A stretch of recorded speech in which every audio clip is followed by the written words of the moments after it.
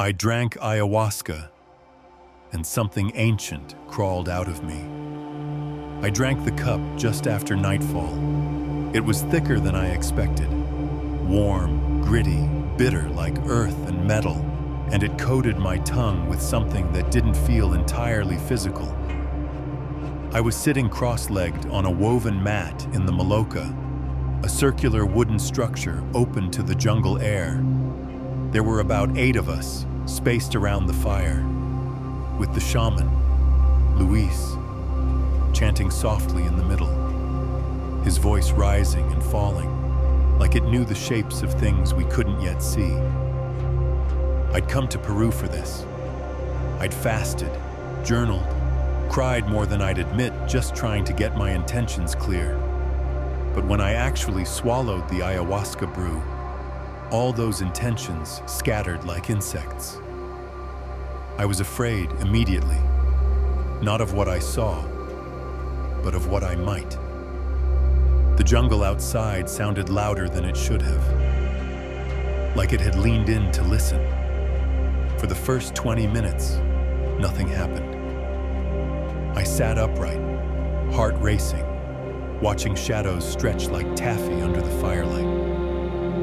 Then it hit. No warning, no buildup.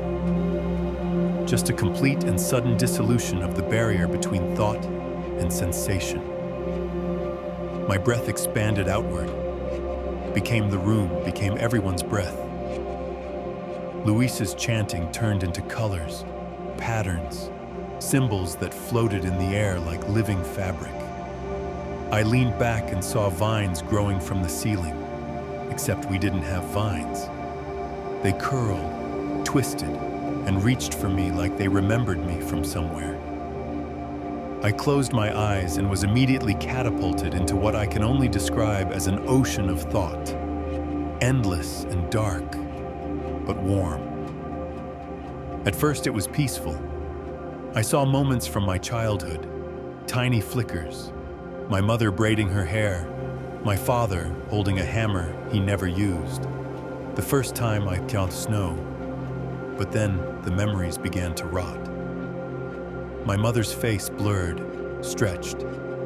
My father's hands bled from invisible wounds. The snow turned to ash.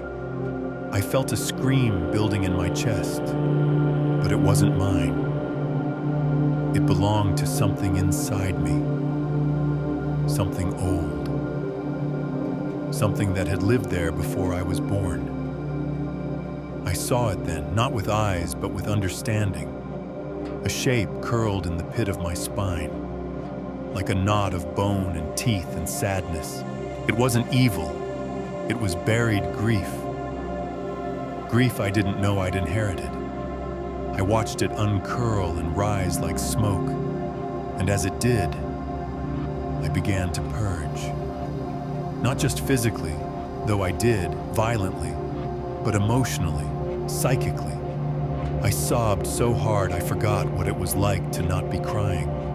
I felt hands on my back, someone helping me, grounding me. But when I turned around, there was no one. Just the fire flickering, just the jungle watching. That's when I felt the presence. Not a vision, not a metaphor. A being, towering, antlered, insectile. Its body folded in geometric impossibilities. It didn't speak, but it understood me. It looked at me with a patience I've never seen in a human, like it had watched me make every mistake in every life. It stepped closer, and the air thickened into honey. I couldn't breathe. My chest caved inward. I tried to scream again, but it leaned forward, and in a voice that sounded like my dead grandfather, it said, "This is where you start." I don't remember what happened after that. I think I blacked out, or left, or was left behind. I came to in the middle of the jungle, barefoot, kneeling in the dirt. Someone had draped a blanket over my shoulders. My throat was raw, My hands were muddy. I looked up and saw the stars. Too many, too bright. And I realized I was still deep in the trip. I could feel the earth vibrating beneath me. I could hear ants crawling in a line. I could hear the roots of trees speaking in groans and static. I stood and stumbled back to the Maloka, where Luis looked at me, nodded once, and resumed chanting. I laid down and shook. My body had turned to wires. My skin buzzed with electricity. I saw a version of myself hovering above me, transparent, fetal, curled into a terrified ball. And then I watched that version crack. Light spilled out of it. So much light, it hurt. I turned away and saw every mistake I'd ever made lined up like photos pinned to the walls of my skull. Every lie. Every time I looked away from someone who needed me. Every silence that caused damage. It was brutal. But it wasn't cruel. It was showing me, with clarity, what I had to carry and what I didn't. That's when I vomited again.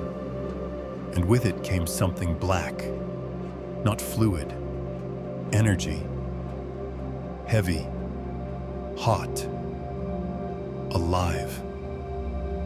It hit the ground and vanished. And then I felt empty. For the first time in my life, I felt clean. Not pure, not perfect. Just clean. Like I'd been soaking in oil for decades and didn't know it until someone finally rinsed it off. When the ceremony ended, I couldn't speak. None of us could.